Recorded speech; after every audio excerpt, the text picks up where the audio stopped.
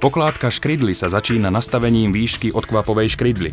Tu si určíme položením niekoľkých škrydiel na seba daním do roviny. Tak určíme výšku prvej odkvapovej laty.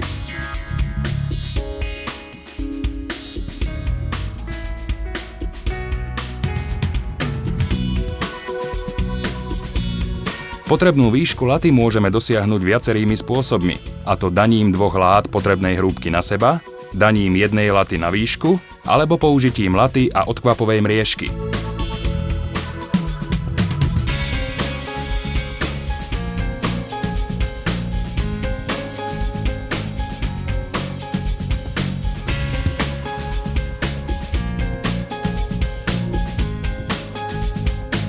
Pri škrydlách, ktoré nemajú rovnú spodnú hranu, je potrebné použiť doplnkovú škrydlu, tzv. Odkvapovú, ktorá sa pokladá po celej dĺžke odkvapu.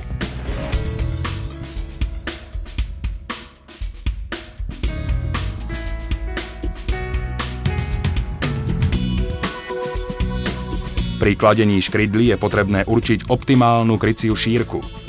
Strednú kryciu šírku určíme tak, že uložíme 12 škrydiel bokom k sebe. Zameriame celkovú šírku 10 stredných škrydiel, raz zrazených v drážkach a raz s vôľou v drážkach. Strednú kryciu šírku dostaneme po dosadení do vzorca S1 plus S2 lomeno 20. Výsledná hodnota predstavuje optimálnu kryciu šírku pre danú strechu.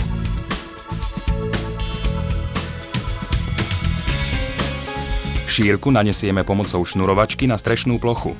Takto dostaneme počet škrydiel v rade a dosiahneme, aby išli škrydly v jednej línii nad sebou. Pokračujeme pokládkou škrydly v ploche strechy smerom od odkvapu po hrebeň. Ak daný typ škrydly má polovičnú škrydlu, odporúčame jej použitie a tým dosiahneme pokládku na väzbu.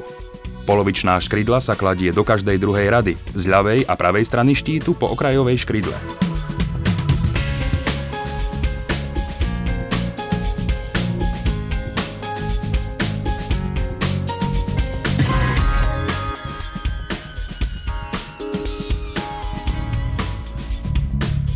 V druhej rade od hrebeňa osadíme vetracie škrydly, ktoré slúžia ako odvádzací vetrací otvor. Počet vetracích škrydiel určíme na základe plochy, sklonu strechy a typu škrydly.